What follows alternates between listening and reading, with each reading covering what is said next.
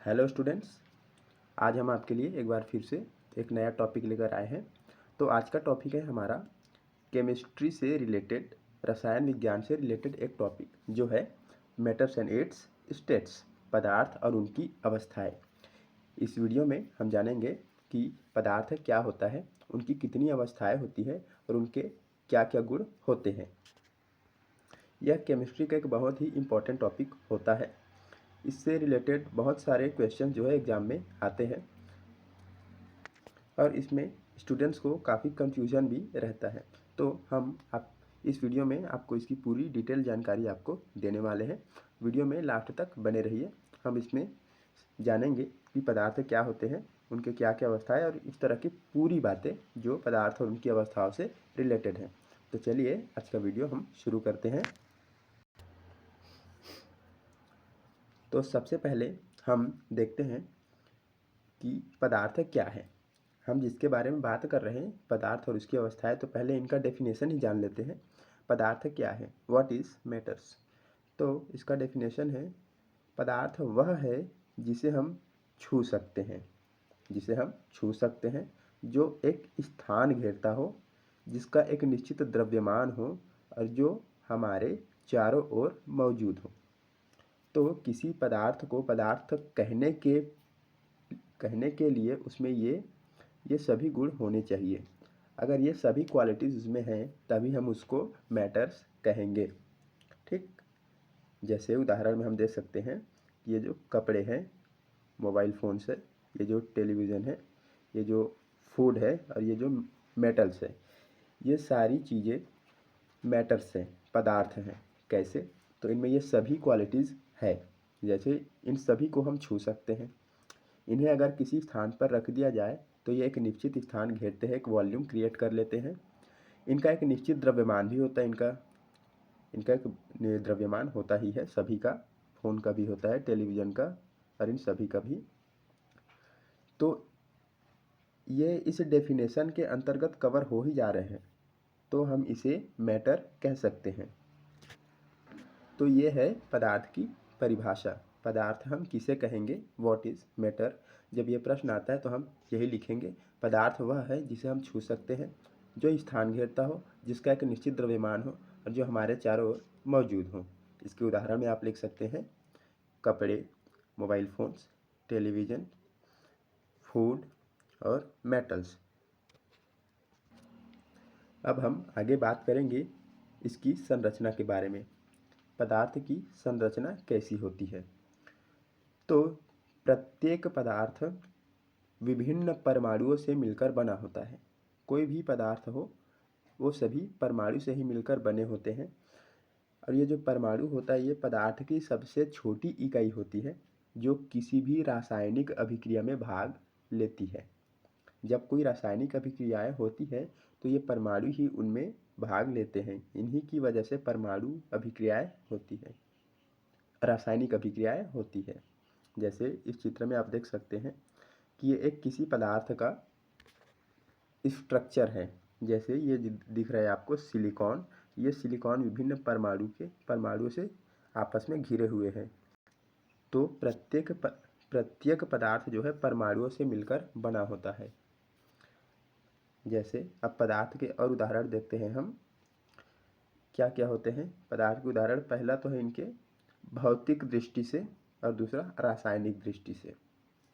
इनको हम और दो भागों में डिवाइड कर सकते हैं। पहला तो भौतिक दृष्टि से क्या होते हैं, तो जो हमें फिजिकली दिखाई देते हैं, जिसे हम देख सकते हैं, छू सकते हैं और महसूस कर सकते हैं। जैसे जल, वायु, लकड़ी, दूध, मिट्टी। इन सभी चीज़ों को हम छू भी सकते हैं और देख भी सकते हैं। तो ये क्या है, भौतिक दृष्टि से ये पदार्थ के उदाहरण है। दूसरा है रासायनिक दृष्टि से।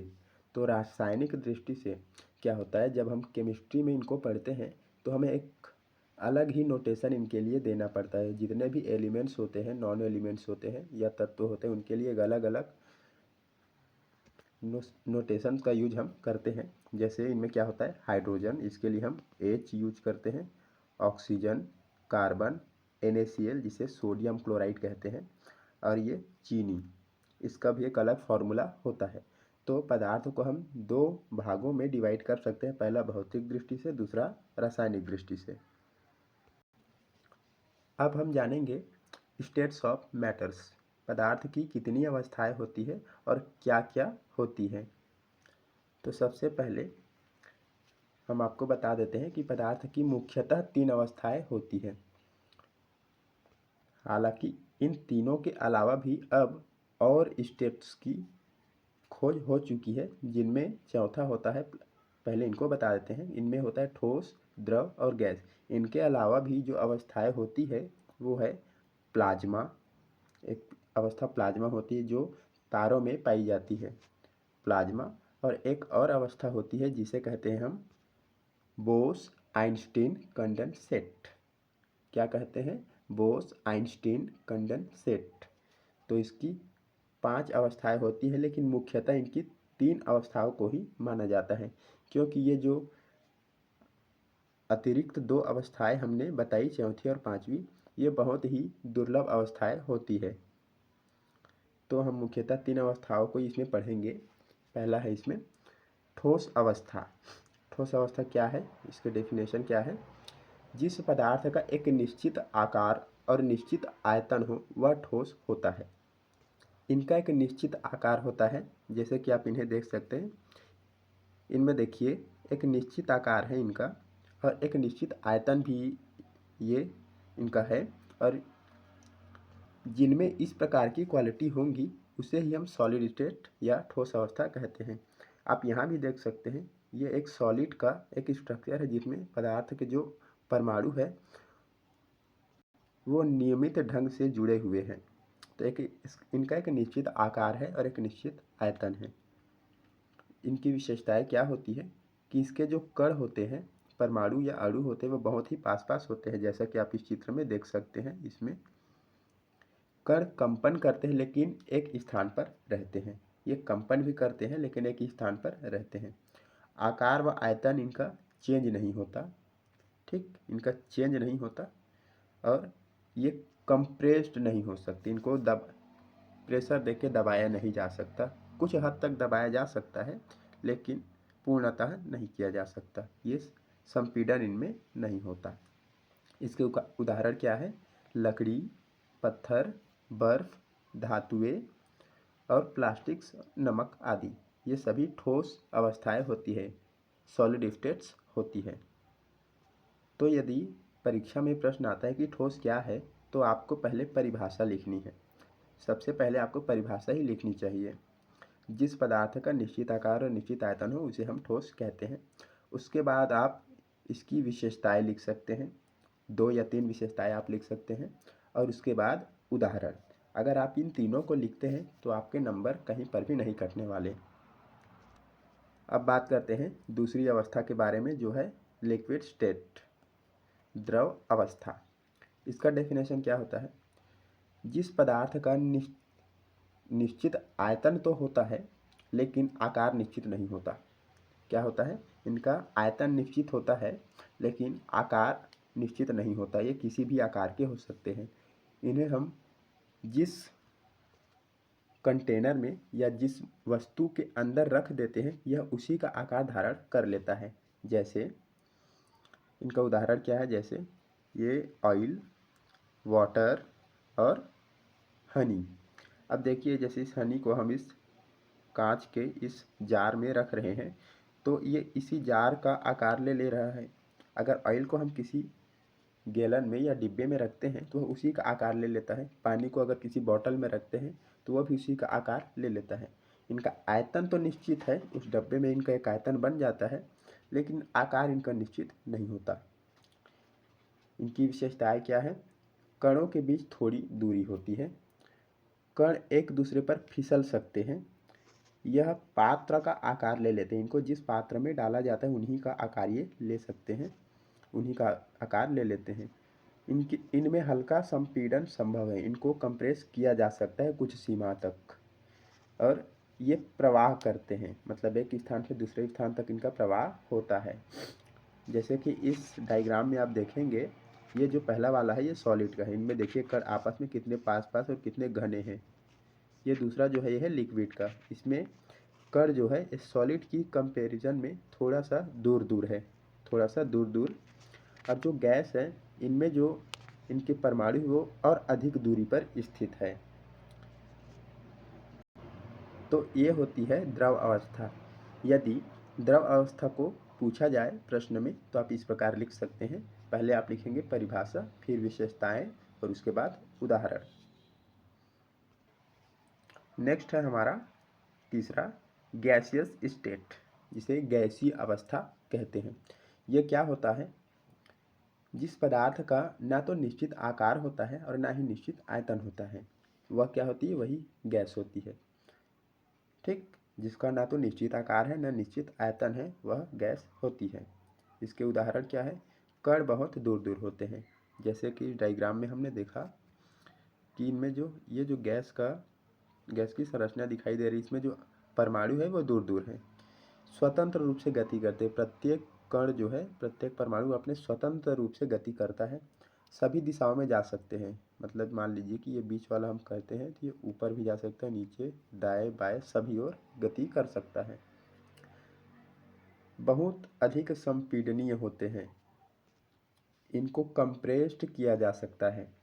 आपने गैस का सिलेंडर देखा होगा, उसमें जो गैस होती है उसे इतना कंप्रेस्ड करके डाला जाता है कि वो अंदर जाकर एक लिक्विड फॉर्म में बन जाता है। मतलब उन्हें बहुत ज़्यादा कंप्रेस्ड किया जा सकता है। इनके एग्जाम्पल्स क्या है? ऑक्सीजन, नाइट्रोजन, CO2, हवा और LPG गैस, ये सभी गैसियस स्टेट में आते हैं। ये जो हाइड्रोजन है, हाइड्रोजन भी गैस ही है। तो ये हुआ गैसीय स्टेट। गैसियस स्टेट किसे कहते हैं? तो आप इस प्रकार इसका आंसर लिख सकते हैं। और अगर आपको ये तीनों पूछा जाए कि ठोस, द्रव, गैस अवस्थाएं क्या होती है, तो आप इन तीनों का परिभाषा लिखेंगे, उनकी दो दो विशेषताएं लिखेंगे और उदाहरण लिखेंगे, और साथ ही आपको ये वाला चित्र बना देना है जिसमें आपको ये परमाणुओं को दिखा देना है, ताकि जो चेकर है उनको बहुत ही अच्छा लगे, ये अच्छा लगे जो आपने आंसर लिखा है। तो इस प्रकार आप आंसर लिखेंगे तो आपका एक नंबर भी नहीं कटने वाला।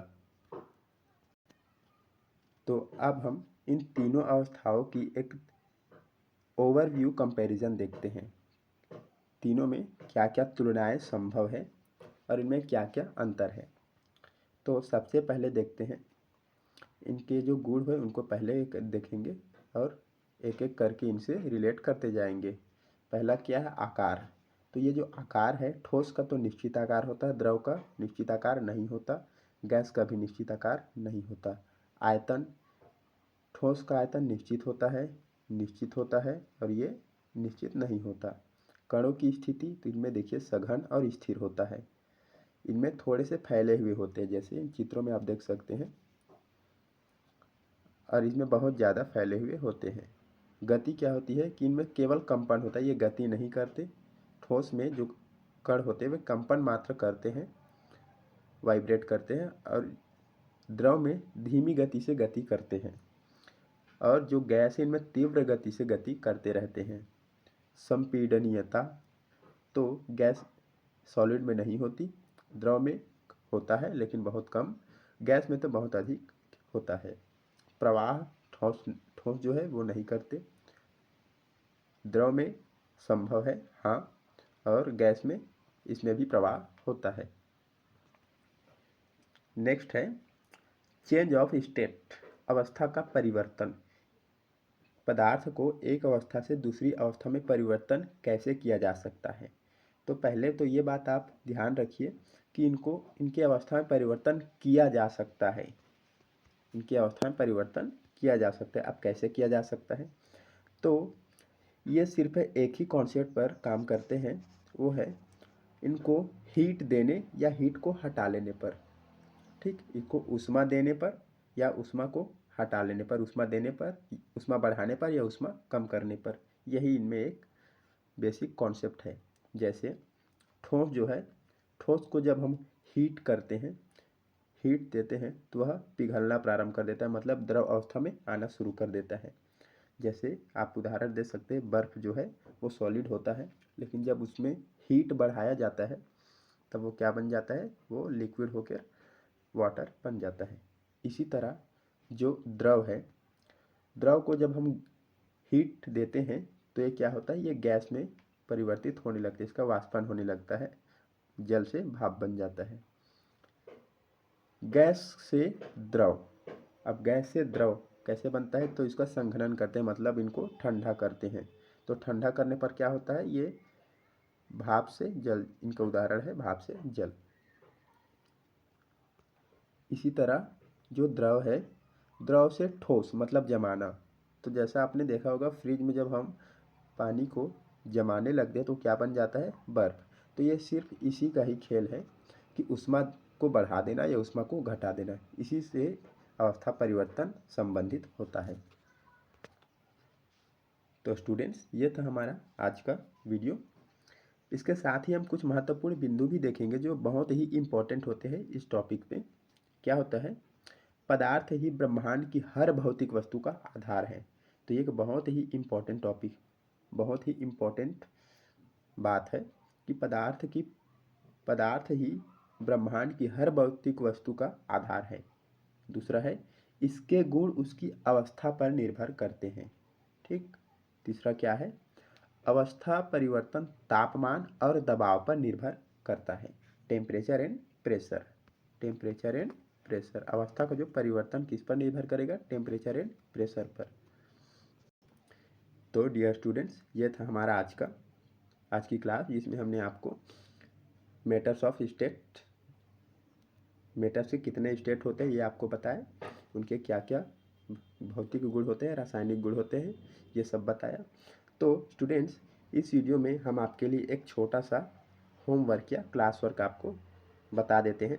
आप अगर इस वीडियो को पूरा देखे हुए हैं, पूरा आपने देख लिया और आपको समझ आ गया, तो आप इन प्रश्नों की इनका प्रैक्टिस भी ज़रूर करें, ताकि ये जो टॉपिक है आपको बहुत अच्छी तरीके से समझ में आ जाए और कभी भी आपसे अगर ये प्रश्न पूछे जाएँ तो आपसे बन जाए। तो ये कुछ प्रश्न हमने आपके लिए दिए हैं जो इस टॉपिक से रिलेटेड होते, बहुत ही इम्पोर्टेंट होते हैं। तो चलिए स्टूडेंट्स, ये था हमारा आज का वीडियो। अब हम आपसे एक और नए टॉपिक पर किसी नए वीडियो में मिलेंगे, तब तक के लिए ऑल द बेस्ट।